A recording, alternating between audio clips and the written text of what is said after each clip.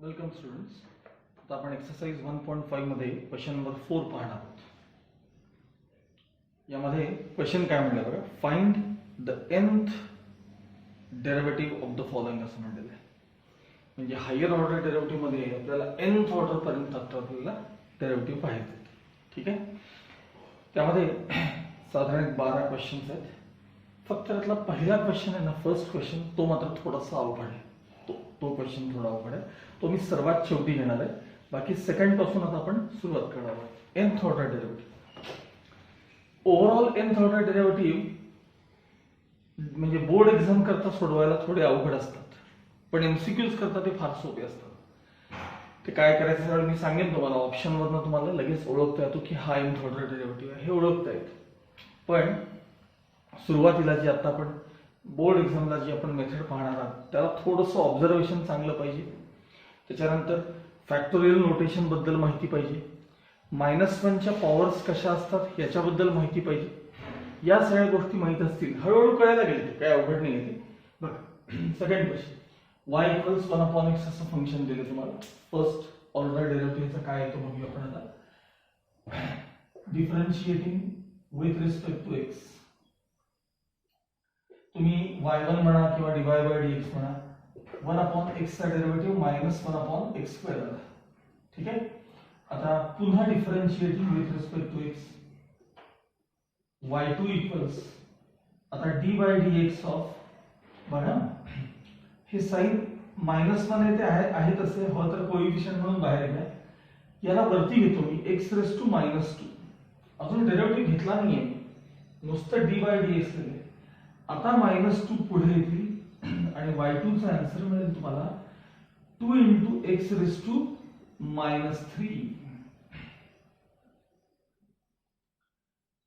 म्हणजेच 2/x³ मिळेल तुम्हाला.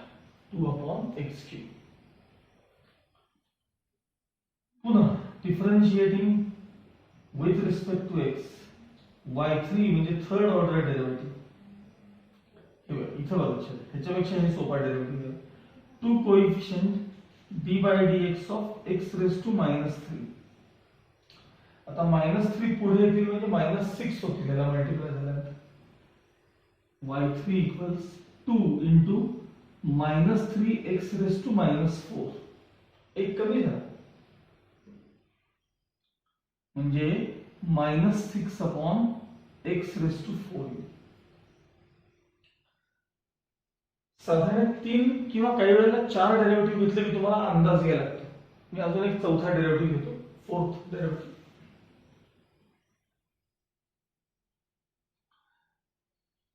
या बाजूला लिहूया आपण. ठीक आहे.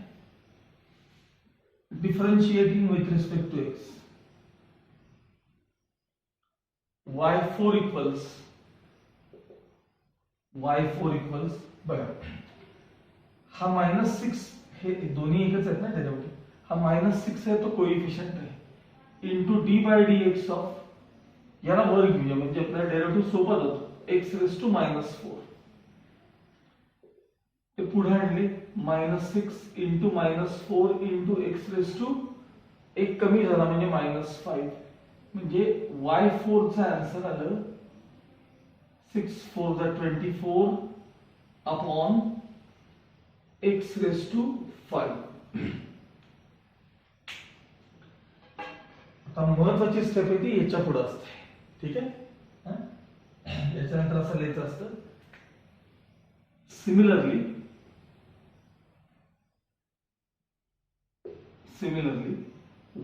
yn equals nth order derivative तुम्हाला काय मिळेल. यासाठी सगळ्यात पहिल्यांदा या एक डेरिव्हेटिव्ह कडे आपण बघूया. y1, त्याच्यानंतर हा बघा y2, y3, y4 यांच्याकडे पहा.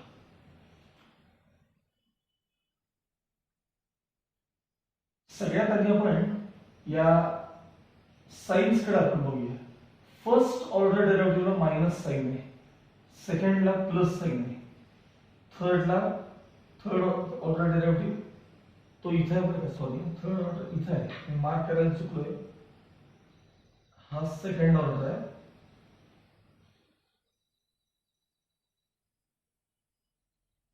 हा थर्ड ऑर्डर डेरिव्हेटिव्ह इथे आहे, इथे खाली. हा first order negative, second order positive, पुन्हा निगेटिव्ह, पुन्हा पॉझिटिव्ह.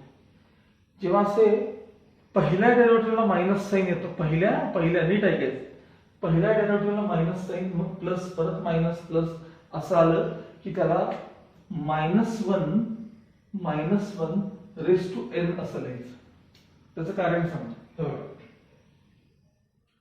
हा जो डेरिव्हेटिव्ह आहे तो -1 रेस टू 1 म्हणजे फर्स्ट ऑर्डर डेरिव्हेटिव्ह म्हणून रेस टू 1 लिहिलंय मी याला, इनटू हा नंबर बघितला, इथं 1 आहे, इथं 2 आहे, इथं 6 आहे, इथं 24 आहे.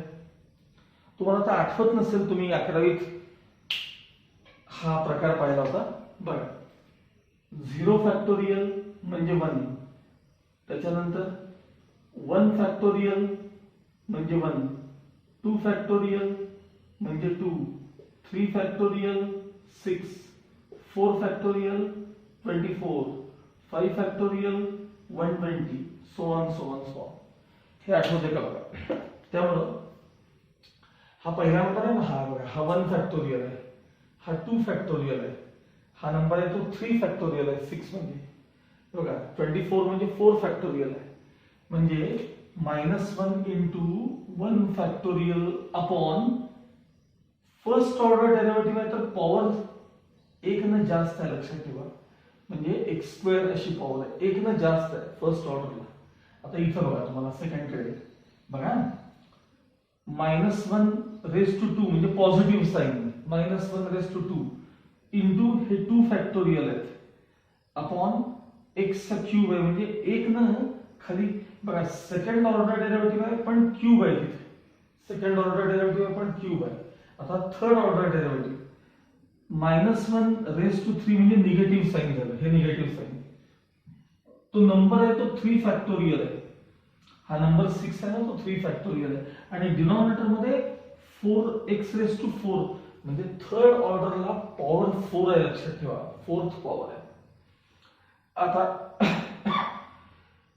फोर्थ ऑर्डर करता -1 रेस टू 4 म्हणजे पॉझिटिव्ह साइन इंटू हा जो नंबर आहे ना तो 4 फॅक्टोरियल आहे, बघा चेक करून, 4 फॅक्टोरियल आहे, आणि खालीची पॉवर आहे ती 1 न जास्त आहे. मग थोडा विचार करा, जर तुमच्याकडे फिफ्थ ऑर्डर डेरिव्हेटिव्ह असता तर इथं आलं असतं -1 रेस टू 5 इंटू 5 फॅक्टोरियल, आणि खाली x रेस टू 6 आलं असतं. यावरनं गेस करा, nth ऑर्डर डेरिव्हेटिव्हला -1 raise to n into n factorial upon x raise to n plus 1. हा झाला तुमचा nth ऑर्डर डेरिव्हेटिव्ह, हा झाला तुमचा nth ऑर्डर. आणि याच्यावरून तुम्ही कसंही चेक करू शकता की समजा मला फर्स्ट ऑर्डर डेरिव्हेटिव्ह चेक करायचं आहे, मग इथं n च्या जागी 1 घालून बघा काय काय होते, जरा बघा बरं, n च्या जागी 1 रिप्लेस करून चेक करा काय होते. मी एखादं चेक करतो, -1 raise to 1, -1 raise to 1 into 1 factorial upon x raise to 1 plus 1. -1 ची फर्स्ट पॉवर म्हणजे -1, 1 फॅक्टोरियल 1 असतात, खाली x रेस टू 2 आहे का बघा, म्हणजे फर्स्ट ऑर्डर डेरिव्हेटिव्ह तुमचा -1/x² आला होता का बघा. यानुसार तुम्ही चेक करू शकता. म्हणून मी म्हटलं की हे एमसीक्यूज करता फार सोपं आहे. का माहिती का, हे ऑप्शन मध्ये कुठेतरी हा nth ऑर्डर डेरिव्हेटिव्ह असतो, तुम्ही n ला 1 रिप्लेस करून हे आन्सर येते की नाही चेक करायचं, 2 रिप्लेस करून हे आन्सर येते की नाही चेक करायचं. या प्रकारे तुम्हाला हे डायरेक्ट सोडवायला फार सोपं आहे, पण ओळखायला थोडंसं अवघड असतं. पहिली गोष्ट एक लक्षात ठेवा, प्लस मायनस साइन जर अल्टरनेट येत असतील, अल्टरनेट, तर ते -1 च्या पॉवर्स मध्ये ऍडजस्ट करायचे असतात, कारण -1 ची एक पॉवर पॉझिटिव्ह, एक निगेटिव्ह, एक पॉझिटिव्ह, एक निगेटिव्ह येत असते. त्यात सुद्धा फरक आहे की फर्स्ट ऑर्डर डेरिव्हेटिव्ह निगेटिव्ह आहे ते सोपं असतं, काही वेळेला असं असतं की फर्स्ट ऑर्डर डेरिव्हेटिव्ह पॉझिटिव्ह असतो, मग परत निगेटिव्ह पॉझिटिव्ह निगेटिव्ह असं यायला चालू होतं, तेव्हा परत थोडा इथं चेंज होतो. मी येईल त्यावेळी दाखवेन तुम्हाला, येईल त्यावेळी तुम्हाला दाखवेन. ठीक आहे. त्यानंतर बाजूला जे नंबर असतात की नाही बघा, हे 1 2 6 24 हे बऱ्याचदा फॅक्टोरियलच्या फॉर्म मध्ये असतात बऱ्याचदा, त्यामुळे ते फॅक्टोरियल नोटेशन माहिती पाहिजे. आणि मग व्हेरिएबलच्या इंडेक्स कडे बघायचं, काय पॉवर्स कमी जास्त होत आहेत त्यानुसार तुम्हाला nth ऑर्डर डेरिव्हेटिव्ह लिहायचा असतो. आता तुम्ही सोडवताना हा जो ब्लॅक कलरचा जो पार्ट आहे आपला, हा तो आहे तसा लिहायचा. आणि हे जे कॅल्क्युलेशन आहे हे साईडला रेड पेननं टाकता किंवा पेन्सिल, परीक्षेत पेन्सिलनं ही मात्र स्टेप आहे ती रेग्युलर पेन करायची. सिमिलरली yn इक्वल्स -1 काय जे असेल या प्रकारे आपण nth ऑर्डर डेरिव्हेटिव्ह 1 बाय 1 बघत जाऊ, म्हणजे हळूहळू तुम्हाला सवय होईल.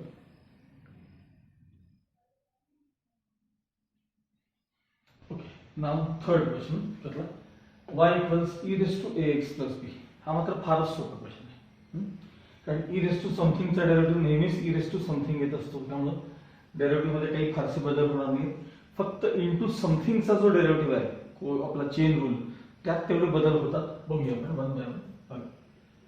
Differentiating with respect to x, y1 म्हणजे first order derivative equals d by dx of e raised to ax plus b. Derivative of e raised to something ax into या something चा डेरिव्हेटिव्ह म्हणजे ax plus b चा derivative. हा एकदाच इथं बघून ठेवा. हे बघा, ax plus b चा डेरिव्हेटिव्ह घेताना a कोइफिशिएंट x चा डेरिव्हेटिव्ह 1 आणि कॉन्स्टंट चा 0, म्हणजे थोडक्यात a डेरिव्हेटिव्ह आहे त्याचा. मग आता derivative e raised to something into something चा डेरिव्हेटिव्ह a इथंच लिहून टाकले. ठीक आहे. हा झाला आपला फर्स्ट ऑर्डर डेरिव्हेटिव्ह. आता पुन्हा differentiating with respect to x, y2 equals a coefficient d by dx of e raised to ax plus b. y2 equals a as it is. e raised to something चा derivative e raised to something into something चा derivative a, म्हणजे थोडक्यात y2 हे काय झाले a into a square e raised to ax plus b. ठीक आहे. पुन्हा differentiating with respect to x, y3 equals a square into d by dx of e raised to ax plus b. y3 equals a square as it is. Derivative of e raised to something into something चा derivative a, यांना multiply झाल्यानंतर y3 चा answer आलं a cube e raised to ax plus b. Bus fourth order पर्यंत जायची तर गरज पण नाहीये. तुम्हाला इथं सगळ्यांना अंदाज आला असेल. बघा, y1 मध्ये नुसता a आहे, शेजार a म्हणजे a raised to 1 आहे. y2 मध्ये a चा स्क्वेअर आहे, बाकी साईडला e raised to ax plus b. y3 मध्ये a क्यूब आहे. तुम्हाला दिसतंय का बघा खाली, y3 मध्ये a क्यूब आहे, a क्यूब. बाकी शेजारी ऍज इट इज. आता मला सांगा त्याच्यावर तुम्हाला सिमिलरली काय लिहिता येईल सांगा. सिमिलरली सांगा yn म्हणजे nth ऑर्डर डेरिव्हेटिव्ह काय असेल. y3 च्या वेळी a क्यूब आहे, y2 च्या वेळी स्क्वेअर आहे, बाजूला ही टर्म शेजारी आहे, काही प्रश्न नाही. म्हणजे a raise to n, a ची पॉवर n होईल त्यावेळेस, आणि e raise to ax plus b हा झाला तुमचा nth order derivative. nth order. Okay.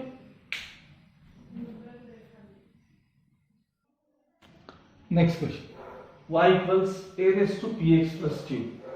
हाही सोपा आहे, मगाच सांगितलं आहे. बघा, differentiating with respect to x, y1 equals d by dx of a raised to px plus q. पहिले वरचं px plus q कव्हर करा आणि त्याला x म्हणा. x derivative of a raised to x log a, derivative of a raised to something log a into something चा derivative. y1 equals बघा, derivative of a raised to something log a into त्या समथिंगचा म्हणजे px plus q चा derivative. आता मगाशी मी दाखवलं तुम्हाला ax plus p चा डेरिव्हेटिव्ह कसा असतो, तसाच px प्लस q चा डेरिव्हेटिव्ह. px प्लस q चा डेरिव्हेटिव्ह काय येईल, फक्त p.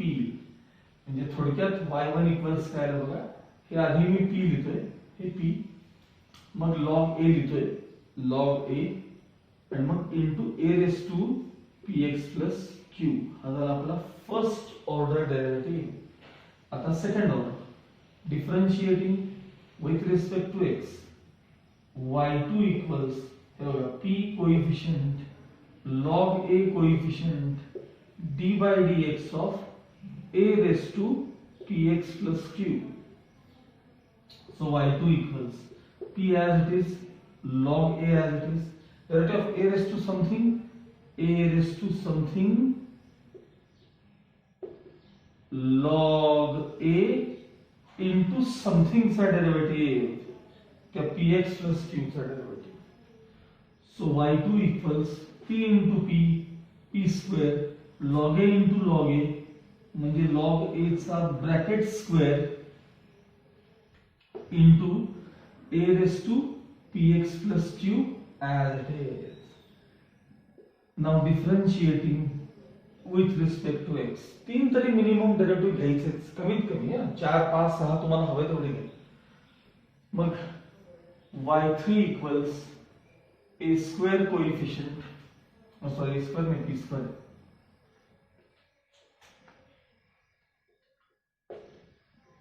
log a चा bracket square coefficient into d by dx of कोण राहिलं ते a रेस टू समथिंग राहिले, a raise to px plus q. Next step equals p square log a bracket square derivative of a raise to something, a raise to something log a into something चा derivative म्हणजे p. So y3 equals p square into p cube log a into log a square and मग log a, म्हणजे log a चा bracket cube into a raised to px plus q. चला बघा first order derivative कडे बघा. p ची power किती आहे 1, log a ची पॉवर किती आहे 1, बाजूला आहे तसं हे फंक्शन आहे. आता y2 कडे बघा, p ची पॉवर किती आहे 2, log a चा स्क्वेअर, हे फंक्शन आहे तसं आहे. y3 कडे बघा, y3 p ची पॉवर 3 आहे, log a चा क्यूब आहे, बाजूला हे फंक्शन आहे तसं आहे. मग similarly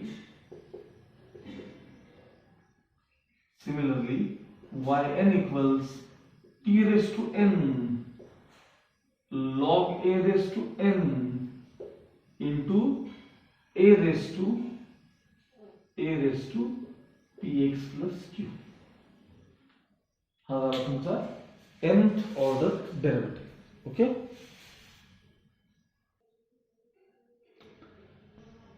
now next question, y equals log of ax plus b.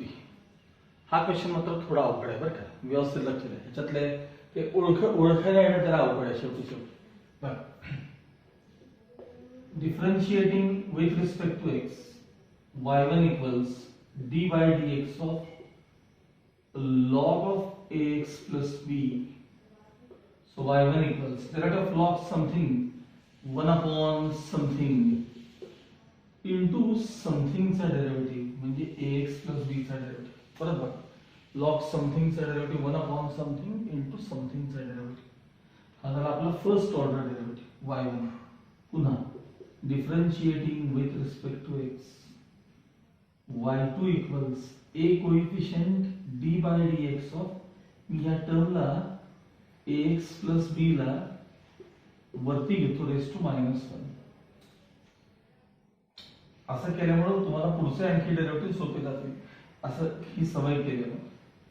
मग y2 equals a as it is, हा -1 पुढे येणार आहेत इनटू आपल्याला x रेस टू n चा डेरिव्हेटिव्ह पाहिजे, n into x raise to n -1 ax plus b raise to एक कमी करायचे पण हे आपलं समथिंग होतं, लक्षात ठेवा समथिंग. मग इंटू समथिंगचा डेरिव्हेटिव्ह ए, म्हणजे थोडक्यात y2 काय मिळालं सांगा, हे मायनस साइन ए चा स्क्वेअर झाला आणि हे हे पॉवर हे खाली आणले ax plus b raise to 2 हा झाला तुमचा सेकंड ऑर्डर डेरिव्हेटिव्ह. पुन्हा आता differentiating with respect to x, derivative घेतल्यानंतर आपण वर घ्यायचं. y3 equals minus a square coefficient into d by dx of ax plus b raised to minus 2. त्याला वरती घेतले, डेरिव्हेटिव्ह नाही घेतला. minus a square as it is, x raised to n चा डेरिव्हेटिव्ह minus 2 पुढे आणले ax plus b raised to minus 3 into something चा derivative a. कारण आपण याला बघा x raised to n म्हणजे आपण something raised to n चा डेरिव्हेटिव्ह something पुढे आणले -2 पुढे आणले something raised to -3 into something चा डेरिव्हेटिव्ह. म्हणजे थोडक्यात y3 काय मिळालं बघा तुम्हाला, ठेवा हे झाले मायनस साइन आणि मायनस साइन प्लस झाला आहे, हे a क्यूब झाले a cube into 2 a cube into 2 upon ax plus b raised to 3 हा झाला तुमचा थर्ड ऑर्डर डेरिव्हेटिव्ह. आणखी एक घेतला पाहिजे त्याशिवाय कळणार नाही. मग पुन्हा differentiating with respect to x y4 equals बघा twice a cube coefficient into d by dx of ax plus b raised to -3.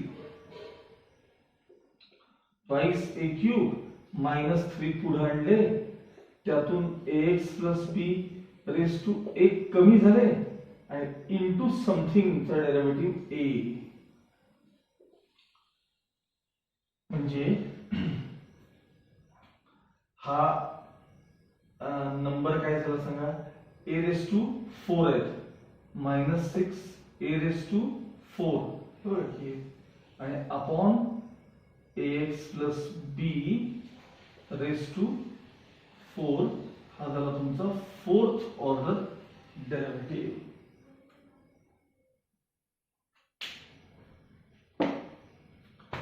बघा लक्षात घ्या, first order derivative, second order derivative. पहिला डेरिव्हेटिव्ह पॉझिटिव्ह आहे, दुसरा निगेटिव्ह आहे, तिसरा परत पॉझिटिव्ह आहे आणि चौथा परत निगेटिव्ह आहे. म्हणजे याच्यातनं कळतं की तुम्हाला पाचवा पॉझिटिव्ह, सहावा निगेटिव्ह असा आहे. First order derivative positive, second negative, third positive, fourth negative. एक लक्षात ठेवा की ज्यावेळेस असं हे येतं की नाही, हे अवघड असतं. पहिल्यांदा जर निगेटिव्ह आलं असतं की नाही, पहिल्यांदा निगेटिव्ह मग मागे आलं होतं बघा पहिल्यांदा, तर त्याला आपल्याला लगेच -1 raised to n लिहिता येतं. कारण बघा -1 ची फर्स्ट पॉवर म्हणजे -1 म्हणजे पहिला निगेटिव्ह आला असता, -1 ची सेकंड पॉवर सेकंड पॉझिटिव्ह आला असता. हे ज्यावेळेस पहिलं निगेटिव्ह असेल ना, पहिलं निगेटिव्ह नंतर पॉझिटिव्ह परत निगेटिव्ह परत, त्यावेळी हे -1 raised to n लिहायचं असतं. हे सोपं आहे. मग आता हे असं आलं तर काय करायचं, फर्स्ट पॉझिटिव्ह सेकंड निगेटिव्ह आलं तर काय करायचं, तर -1 raised to n -1 करायचं. -1 raised to n तुम्हाला हळूहळू कळेल हे सगळं. -1 raised to n -1 म्हणजे तुम्ही आता बघा की n च्या जागी 1 घालून बघा बरं, n च्या जागी 1 रिप्लेस करून बघा, n च्या जागी 1 काय मिळेल तुम्हाला, 1 - 1 0, any number raised to 0 म्हणजे आन्सर इज 1, म्हणजे हा तो 1 मिळेल तुम्हाला. आता इथे सेकंड ऑर्डरच्या वेळी 2 रिप्लेस करून बघा, -1 raised to 2 -1 म्हणजे वरती 1 येईल, -1 raised to 1 म्हणजे -1, हे बघा इथे आहे -1. आता n च्या जागी 3 रिप्लेस करून बघा, n च्या जागी 3 रिप्लेस करून बघा, 3 - 1 म्हणजे 2, -1 चा स्क्वेअर +1 काय बघा, या 3 च्या वेळेस +1 आहे. आता n च्या जागी 4 रिप्लेस करून बघा, 4 -1 raised to 4 -1 म्हणजे -3 झाले, वरती -3 झाले, -1 ची ऑड पॉवर म्हणजे परत आन्सर किती येतो -1 बघा फोर्थ ऑर्डरला -1 म्हणजे थोडक्यात जे प्लस मायनस हे जे नंबर्स येत चालेत की नाही प्लस मायनस हे जे नंबर्स हे नंबर्स जे येतात ते आता कसे येतात 1 बाय 1 आपण बघूया हे बघा हा जो इथला +1 नंबर आलाय तो -1 रेस टू -1 रेस टू 1 -1 असा तो नंबर आहे. आता ह्याच्यातला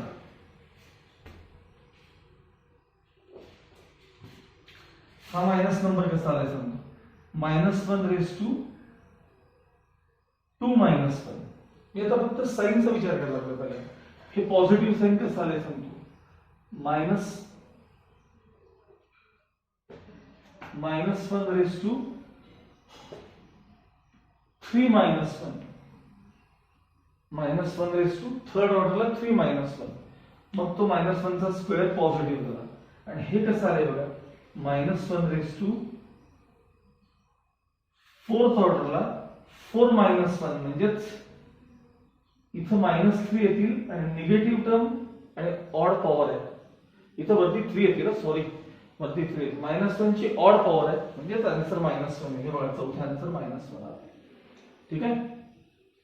आता आपण त्या नंबर्सचा विचार करूया हा नंबर आहे ना हा 1 आहे हा पण 1 आहे बघा तो आता साईनकडे बघू नका 1 हा 2 आहे म्हणजे 2 फॅक्टोरियल आहे हे 6 आहे म्हणजे हे 3 फॅक्टोरियल आहे म्हणजे हे 3 फॅक्टोरियल आहे हे 2 फॅक्टोरियल आहे म्हणजे हे 1 फॅक्टोरियल आहे हे 1 फॅक्टोरियल आहे म्हणजेच हे 0 फॅक्टोरियल आहे.